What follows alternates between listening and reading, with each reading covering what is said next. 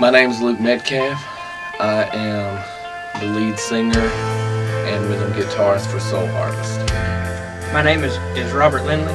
I'm the bass player for Soul Harvest. Hi, my name is Brett Wyndham. I'm the lead guitarist for Soul Harvest. Hey, I'm Jesse Rose. I'm with Soul Harvest, and I play the keys for them. Yeah, I get picked on all the time with the band. I'm 18. I'm the baby of the group, you know. Everyone else is in there full facial beard and stuff, got a job in the house and all that. Get picked on a lot, but I like it, you know.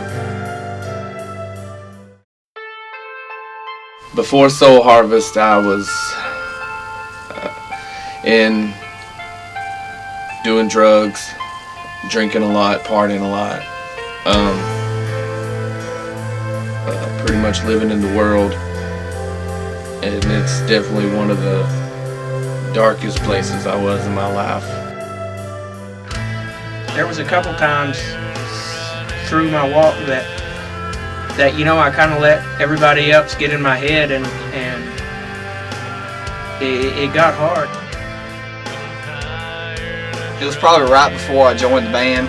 I'm still drinking every weekend, every other weekend, but like I said, I was having the time of my life, but it felt like something was missing. Typical 16, 17, 18-year-old life, you know, and you know, it's hard. That stuff, you know, puts a veil between you. You can't see what God wants for you, you know.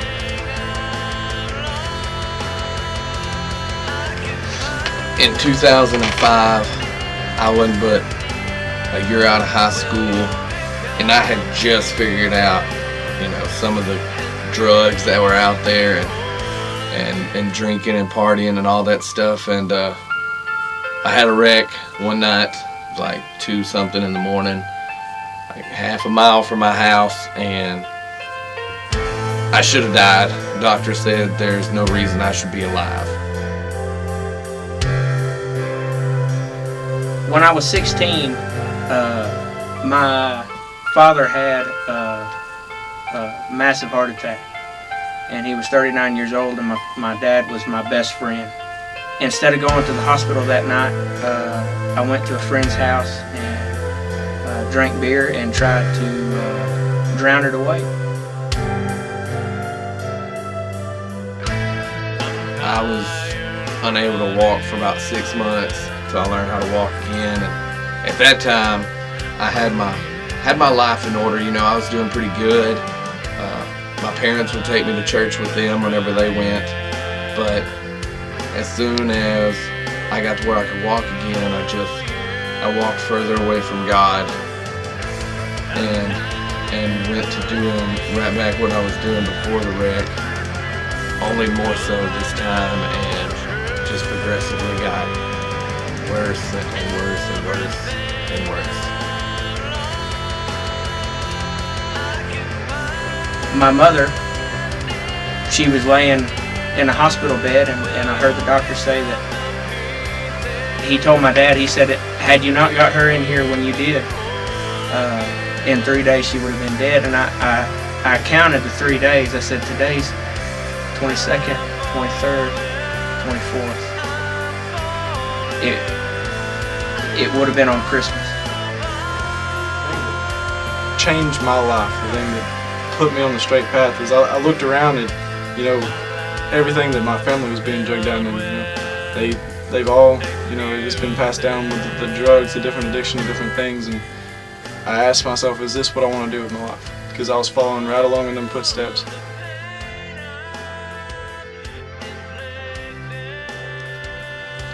One morning, I remember waking up, and I wasn't in front of a mirror or anything. I was just in the bed, and it was like I had this epiphany that for the first time in my life, I could see myself for who I really was, and I hated what I saw.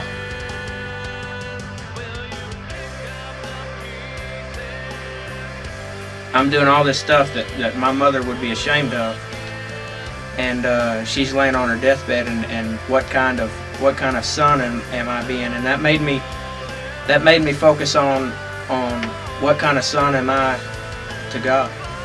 What kind of child am I to God that I can't even please my mother? How in the world am I going to please Him?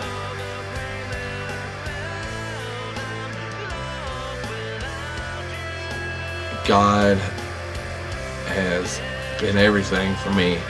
He's brought me through everything to where I am now, and I couldn't be more thankful.